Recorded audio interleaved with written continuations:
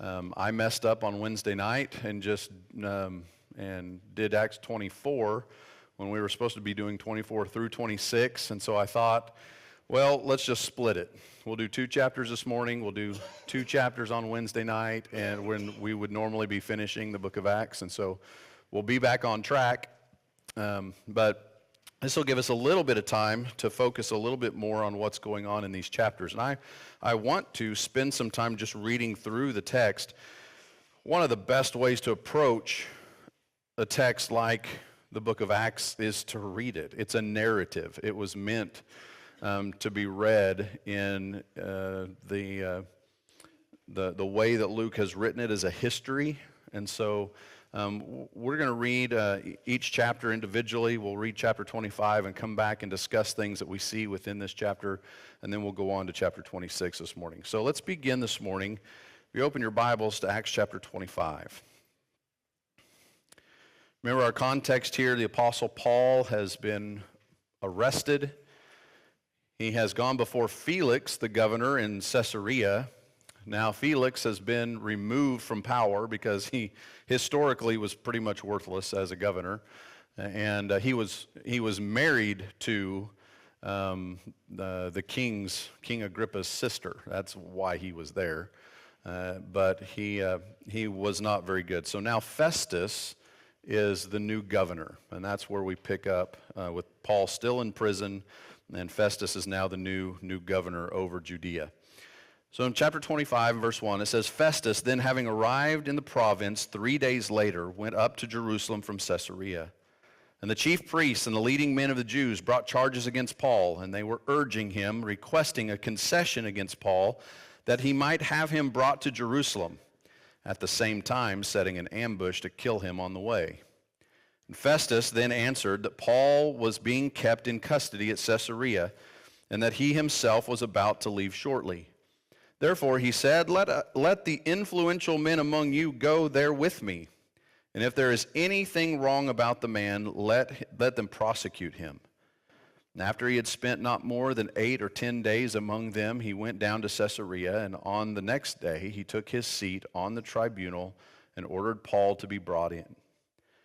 After Paul arrived, the Jews who had come down from Jerusalem stood around him, bringing many and serious charges against him, which they could not prove. While Paul said in his own defense, I have committed no offense either against the law of the Jews or against the temple or against Caesar. But Festus, wishing to do the Jews a favor, answered Paul and said, Are you willing to go up to Jerusalem and stand trial before me on these charges? But Paul said, I am standing before Caesar's tribunal, where I ought to be tried. I have done no wrong to the Jews, as you also very well know. If then I am a wrongdoer and have committed anything worthy of death, I do not refuse to die. But if none of those things is true of which these men accuse me, no one can hand me over to them. I appeal to Caesar. Then when Festus had conferred with his council, he answered, You have appealed to Caesar you shall go. Let's stop. Let's pause there for a moment before we see King Agrippa come on the scene. Let me see. Yeah, that's a good place. When we start here in this chapter, let's talk about Festus for a moment. I want to look. It helps us. Yes, sir.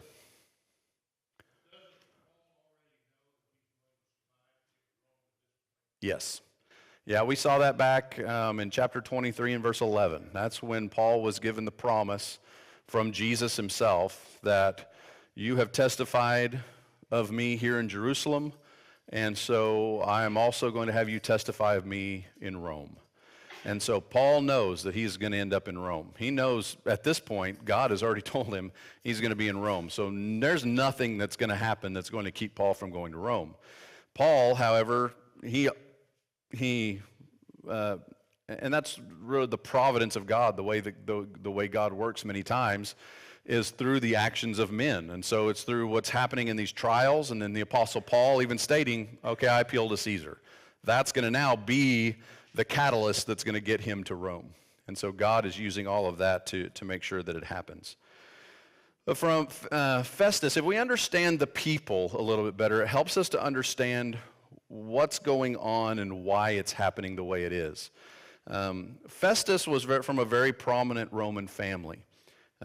He was actually a man who did a lot of good things in Judea. He put down a lot of rebels in Judea. It was a very short time. He was only governor for a couple of years. But he was able to, a lot of the struggle and the strife between the Romans and the Jews, he was able to suppress a lot of that. The problem is that the governor before him was so bad that Festus was not able to change all of the problems that Felix, the governor before him, had caused or created, or at least allowed to fester and get worse. And so it was just a melting pot in and around Judea and Jerusalem right now. And Festus dies in 62 AD, which that is then going to lead to a man by the name of Albinus, who is going to come in as governor after Festus. And he was a wicked, evil man. And that's only going to make things even worse around Judea and Jerusalem. And so that's kind of the history of what's going on here. But what we see so far is that the Jews, once Festus becomes governor, the Jews automatically, they think, well, we've got an opportunity now to try Paul again. He's already been on trial twice, once before Lysias, the commander of the army in Jerusalem, and then Felix, the previous governor.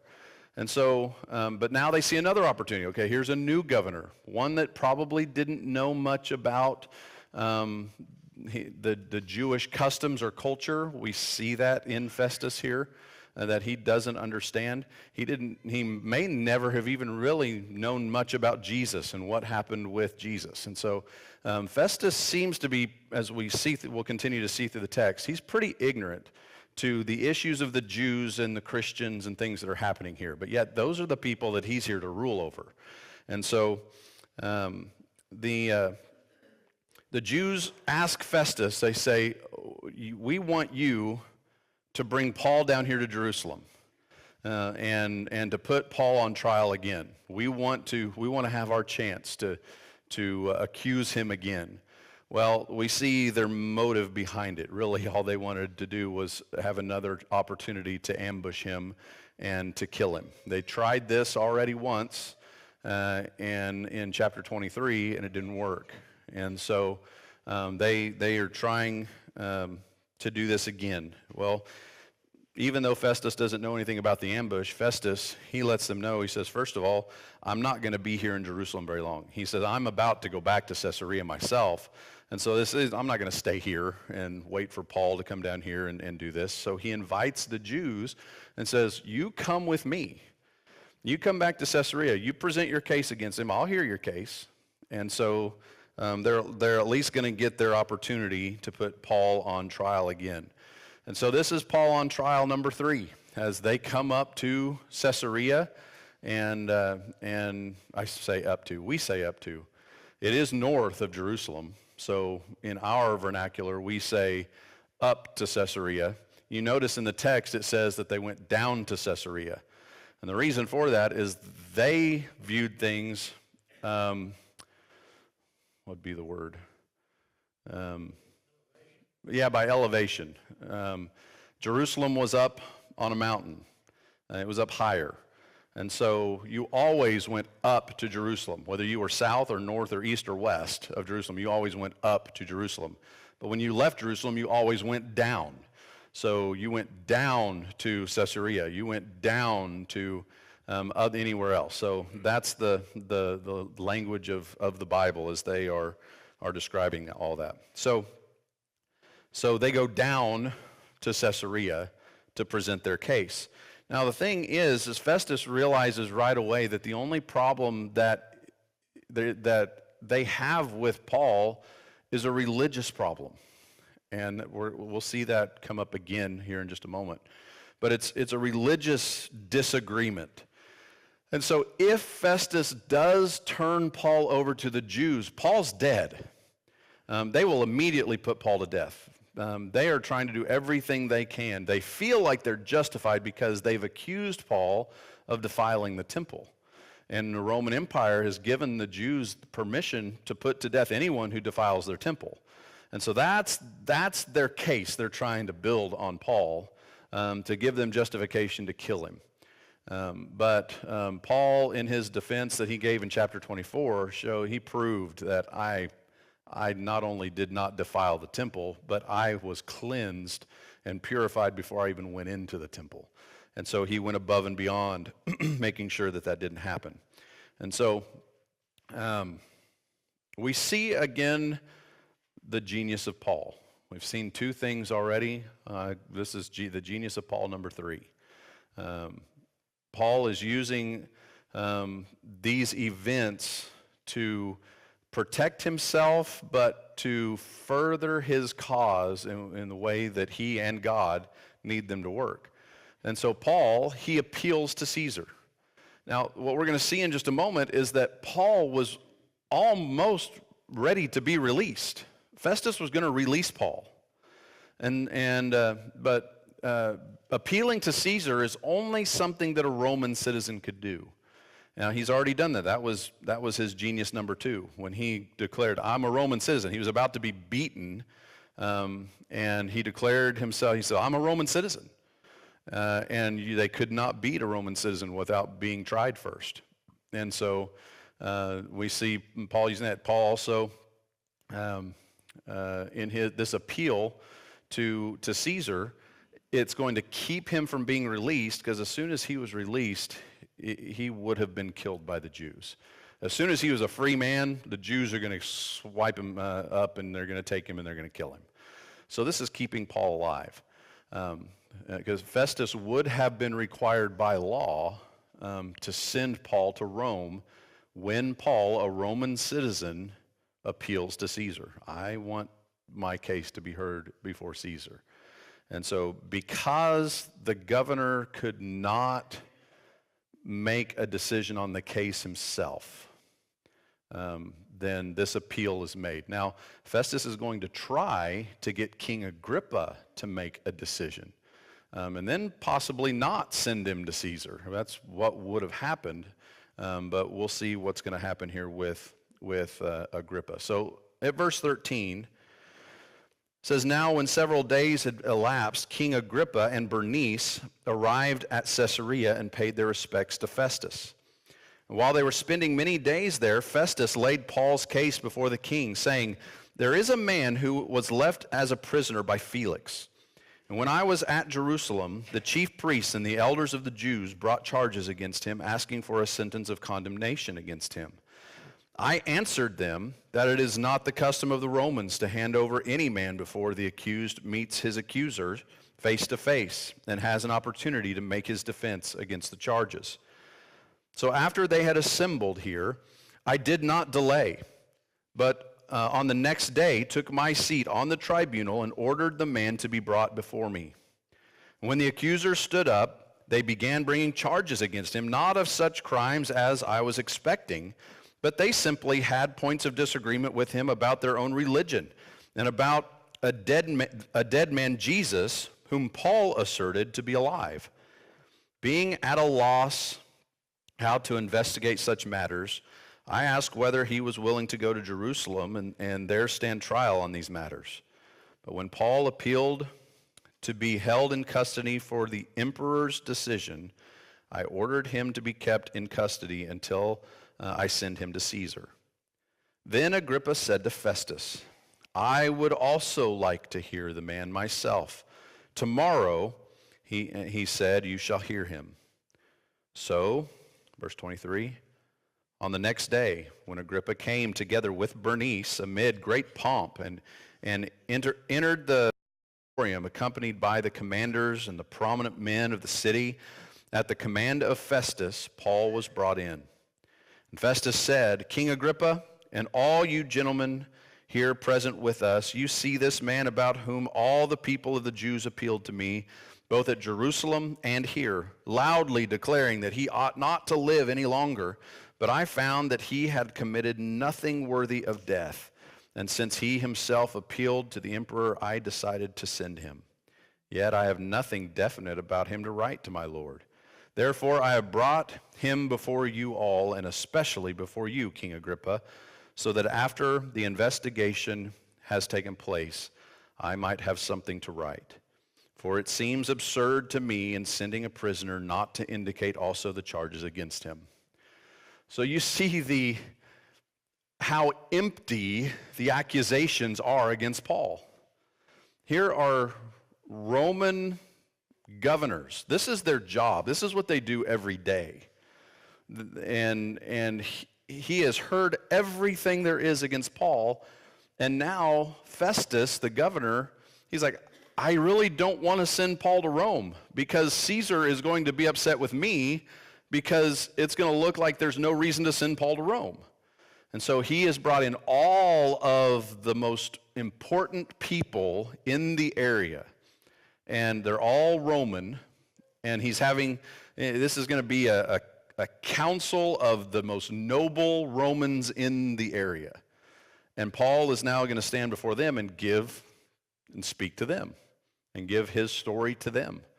And because Festus, once you've heard everything he says, maybe you can help me find something I can write to Caesar as we send Paul to Rome.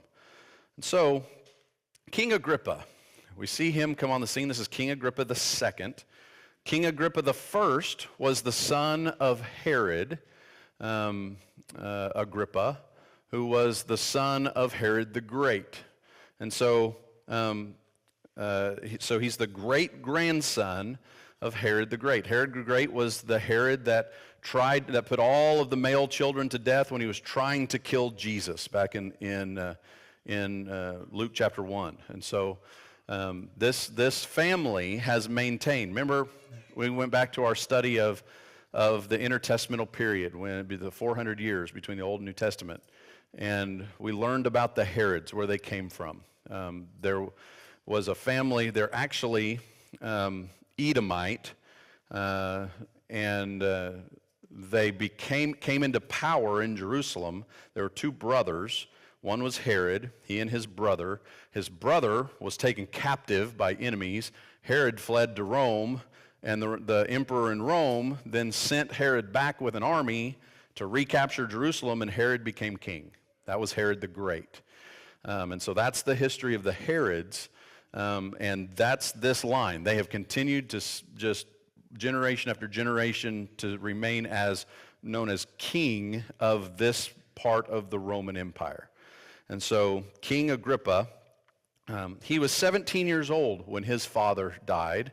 His father died in 44 AD, and he was deemed by Caesar at the time to be too young to take over as king. And so he wasn't given rule right away. But in 50 AD, 6 years later, he was eventually given the territory of Chalcis, and then over time he was given a little bit more, in the territory that he was king over expanded. And so all of that now includes this area around Jerusalem. He was even given control by the Roman Empire over the temple in Jerusalem. And so here is now the Herods, King Agrippa. He also is the one that's in charge of choosing high priests. So when Ananias is the one that's the high priest in Jerusalem, he's an appointee of King Agrippa. He's somebody that King Agrippa has put into power as high priest. And so that doesn't look too good for Paul when the high priest is the one that's accusing Paul, and now King Agrippa is the one that's hearing the trial. But King Agrippa was a pretty fair person. He was a pretty fair man. And so the hearing that they're about to give was something that Paul really wasn't at too much of a disadvantage. Agrippa was one who tried over and over and over to stop the Jewish rebellion. They were rebelling against the Romans. They had been for a long time, but it's just ramping up. It's getting bigger. And this is what's going to lead to the destruction of Jerusalem. Remember, at this time, When we get to chapter 27, we're going to be at 60 AD. We're only 10 years away from when Rome is going to come in and completely destroy Jerusalem in 70 AD. And so the tension is growing, and that's what's happening around all of them this time. Also, we're introduced to Bernice. Bernice is Agrippa's sister. It's not his wife. Well, I take that back. It was his wife, but it was also his sister. And also in this family was Drusilla, who was Felix's wife. They are all brother and sister, Bernice, Agrippa, and Drusilla. We saw her back in the previous chapters as well. And so this is just a big family ordeal here within the Herod family, the Agrippa-Herod family that's going on. Now, Bernice has a checkered past and history. And again, it's important to know these things to understand how and why Agrippa approaches Paul the way he does. Bernice, she married her uncle, who was king at one point, and then she left him and moved in with her brother, Agrippa II, and they began to have children together. Now, this was not something that was it was looked on very positively in Rome. With all of the immorality in Rome, this was actually something that was looked down upon. And so when rumors and everything started coming out that this was happening, Bernice married Polemo, who was the king of Cilicia, because she wanted to try to dispel all the rumors about her and her brother. But it didn't last very long. It wasn't very long until she went back to her brother, Agrippa II. But then later on, she's going to leave Agrippa because she is going to become the mistress of Emperor Vespasian and Titus. Titus is the emperor who is going to destroy Jerusalem in 70 AD. And so that's her. These are the people we're talking about, the kind of people we're talking about, that Paul is now standing before, that he is on trial before. But one thing that we know about Agrippa and Bernice is that when Agrippa comes to Caesarea, the whole purpose of this visit is it's just a formality.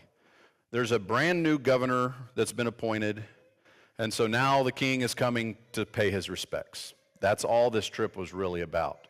He wasn't intending on having this big issue of Paul dumped on him while he was there. But that happens. So being new to this area, as we said, Festus, the governor now, Festus really doesn't know much about the Jewish culture. Festus is very, very ignorant to the culture of what's going on. But Agrippa is not ignorant. Agrippa is very well versed in the Jews and what's happening. And so when Festus lays before Agrippa everything that's happened so far, and he says, okay, Paul was left in prison by Felix. He says that the Jews wanted to sentence Paul, wanted me to put a sentence on Paul and condemn him, but they didn't have any proof. They couldn't prove a crime. The only issue they had was about this man named Jesus, and you see from that Festus was not familiar with Jesus. There's a debate about a man who was put to death that Paul says is still alive. That's the only disagreement I can see. And so Festus doesn't even know anything about Jesus and the situation that's going on. And so Festus tells Agrippa, he says, so Paul appealed to Caesar, so I need your help. And so Agrippa asks for Paul to be brought in. And the thing about the Herod family is the Herod family claimed to be Jewish. They weren't. The Herod family were all Edomites. They were Idumean. They were not Jews. However, they lived amongst the Jews for so many generations that they began to practice as Jews. And so they were very, very familiar with the law of Moses. Agrippa knew the law of Moses well, and he, being king over this area, he would have known a lot about the situation with Jesus and what had taken place in Jerusalem concerning Jesus. And so with all of these individuals that come in, here Agrippa now being one that he is familiar with the law of Moses. What has Paul been doing for the last 5 years? He's been going to the Jews first and teaching them about Jesus. And so now Paul has a great opportunity to preach Jesus before someone else, someone of great power that believes and understands in the Jewish history and their law. And so Agrippa and Bernice gather together here now with all of these important Roman people to hear Paul's defense. So let's look here in chapter 26. It says, Agrippa said to Paul, "You are permitted to speak for yourself." Then Paul stretched out his hand and proceeded to make his defense. "In regard to all the things which I am accused by the Jews, I consider myself fortunate, King Agrippa, that I am about to make my defense before you today, especially because you are an expert in all customs and questions among the Jews. Therefore, I beg you to listen to me patiently. So then all the Jews know my manner of life from my youth up, which from the beginning was spent among my own nation and at Jerusalem.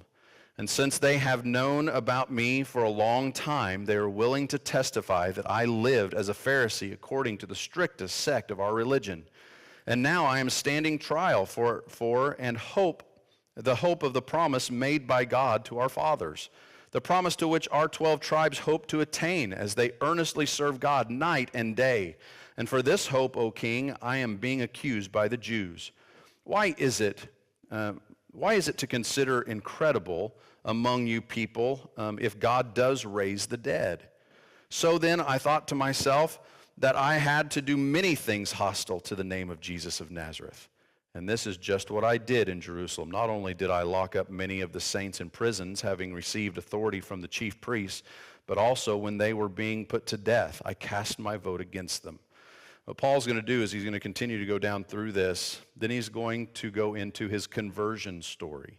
He's going to begin talking about the time that Jesus appeared to him on the road to Damascus and all that took place with his conversion. As a matter of fact, as Paul goes through this, as we said, King Agrippa, he tells him, you're going to understand what I'm about to tell you because you know the Jews really well. The Jews, they know that I was a Pharisee. They know what I did at one time. It's not a secret. People know who I am and what I was doing when I was in Jerusalem. I was just like them. I was doing to Christians what they're doing to me. And so now he says, but I'm accused in believing that God actually fulfilled the promise that he gave to the Jews. God sent his son, and he hasn't gone into detail, at least it's not recorded of the detail of it. But Paul's trying to make that, he said, all of this that Jews have been waiting for, it's now happened. And they're upset because I believe that it's happened. And so that's the whole problem, he says. He says, so why is it so strange that we believe that God would raise the dead? Why is that such a strange thing? To a Jew even, go back to the Old Testament, see the prophets that would raise someone from the dead. That's not uncommon for God to do. So why is that such a big deal, he's asking. Then as he goes through, he tells them, we're not going to have time to read through it, but Jesus tells them that Jesus gave me the task of becoming a servant and a witness for him. He says that I obeyed that charge, verse 19, with everything I had. And he said, first of all, preaching to the Jews. And then he also told me that I was to preach to the Gentiles. Now, this is what got the Jews upset, right? Because this is why the Jews were mad. Paul says, this is why they're mad at me. Because God's plan is not just about the Jews anymore. It's about the Gentiles as well, but the Jews don't want to hear that. And so that's why they're mad at me. That's why they've accused me of all these things. He says, I have only taught what Moses and the prophets taught. Paul says, I have not preached anything opposed to what the law and the prophets taught. I believe everything that the law and the prophets said, and everything that they said has been fulfilled. It's come true. It's happened exactly the way that God says.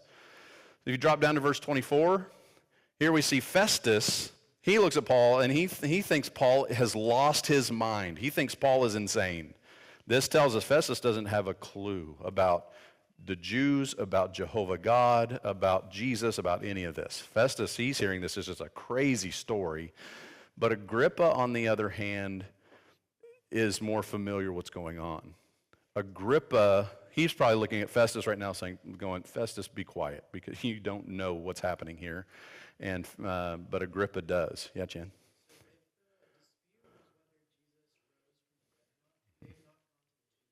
Well, they could, but then the Jews had their side of the story of they stole the body, and so they've created this hoax of everything. It's not true, and we'd be right back into that again too.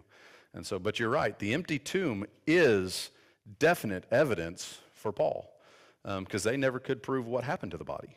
And so, and that still to this day is evidence for the resurrection of Jesus, that the tomb was found empty. And so, here Paul knows that Agrippa understands, that he at least understands the situation and what's going on. And so that's why Paul is thrilled to be here before him. Then we find this statement in verse 28. Agrippa says to Paul, in a short time you will persuade me to become a Christian. Now, a lot of times this is taken as some people think that, man, Paul almost converted Agrippa. I don't think that's what Agrippa was saying here. What Agrippa was saying here is that you think that in a short time you're going to be able to convince me, because I do have faith in the law and I do have faith in the prophets. You think you're going to be able to convince me of all of this in just this short time that I'm here before you? And so I don't think, in the way even it's written in the original text, that this is actually Agrippa saying that I was almost, well, some translations say I was almost persuaded, that, man, I was that close to becoming a Christian. That doesn't seem to be what is actually happening here. But Paul's hope is that maybe, just maybe, someone listening here would become a Christian, because that's what Paul's hope was everywhere that he went when